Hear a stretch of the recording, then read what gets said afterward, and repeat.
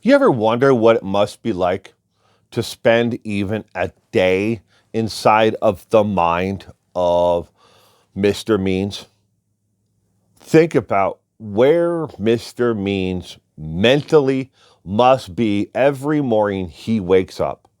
Every morning that he gets dressed and puts on his suit and walks out of his apartment or home or wherever he lives and goes to the office and tries to defend someone like Lori Vallows.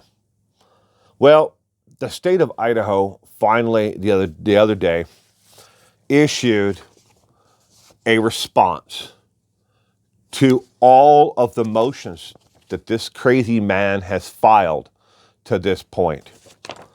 Their response is a total of 10 pages to the following motions: Brady violations, criminal dispositions, motions of subpoena, and disqualification of the state of health and wellness in the care of Lori Vallows. In this statement, in this actual reply, ladies and gentlemen, Mr. Woods in the state of Idaho has gone on record and has slapped this man right alongside the head like he deserves so much. And we've all been wondering why it hasn't happened to this point. Calling him unethical in his practices of what he's actually been doing to this point.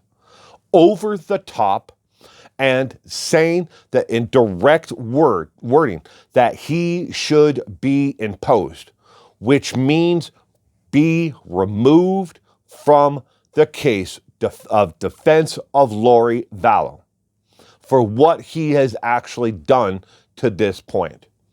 Also, on top of that, they questioned highly why he has been filing all of these motions continuously without his co-counsel being listed as being to be notified that he's filing these motions, and why has he been doing all of this without the co-counsel's even approval at all.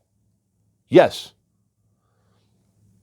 It's like he's a one-man marching band who is a mile ahead of the rest of the band, who's just like, hey man, where did our band leader go? Oh, he's that way, already a mile.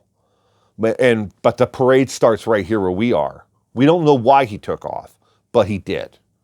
Well, that one-man marching band, Mr. Means, is on a road to self-destruction. And in this case, if he survives this and it doesn't destroy his entire career and destroy his entire life, it should have. This slapdown by the state in response to his motions has been long overdue. And, I'm really surprised. In all the years that I have been reporting on true crime and following true crime, I have never seen anyone like Mr. Means come across my table. And I am not kidding at all. I have seen the wacky, the bizarre, the twisted, actions of different attorneys who have showboated and done everything out there, to try to distract the court from the actual proceedings, drag things out, delay them. But his case right now is on stay because his client is receiving restorative care. He filed a motion that said that there was a Brady violation because the state of Idaho wasn't releasing the information to him in proper time. He says that there are a litany of other things, but in there underneath the Brady violation, filing. But he also says that he didn't receive the information in additional time. He didn't receive all the files, and that the state should be removed because of their religious beliefs, and that he wants a special prosecutor placed in their place. Basically, let's turn this clock all the way back to point one of this start of it all. So, but for no reason at all. There's no reason for it. But he's done it. And it makes you really wonder, does he understand And can he effectively, aid in the defense of his actual client at this point? It really makes you wonder, is he in need of restorative care? I know I've joked about it in the past, but does he really need it himself? Unethical behavior is what the state of Idaho is alleging Mr. Means has committed at this point. They went all the way up to the point, almost, but did not say that he was committing perjury or overstepping the line to actual criminal violation. But they went all the way up to that point and said he's done everything to that point. Over the top in what his motions that he has filed, we all know they're just, bat crazy, filings about nothing and about things that have already been ruled on. Well, I'll wait a couple weeks, I'll file it again. Maybe they'll consider it again. No, that's not how it works, Mr. Means. It may work in a civil situation, but it does not work that way in a criminal situation when you're defending someone criminally. Does he possess the tools to aid in Lori Vallows' defense? The last part is the part that gets me the most. Trying to get the state of Idaho removed, the Health and Welfare Department of the state of Idaho removed from caring for Lori Vallow and giving her restorative care. What Mr. Means wants to do is the following. Here is the clinician. Here is Lori.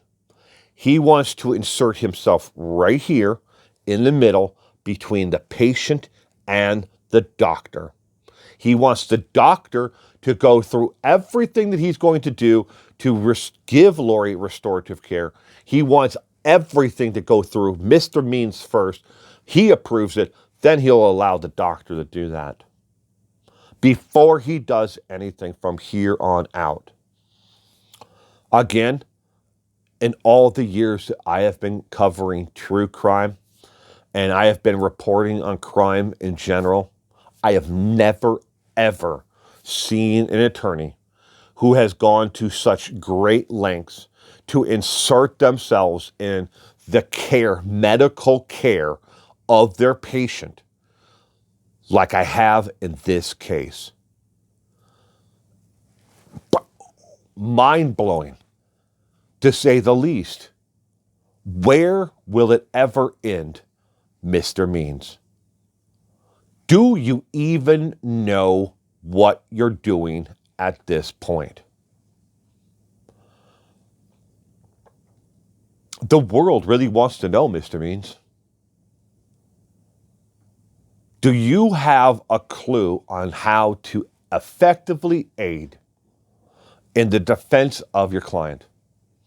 The state of Idaho, Mr. Woods, and the entire prosecuting attorney's office is now asking the court to remove Mr. Means and leave Mr. Archibald as the only attorney of record for Lori Vallow.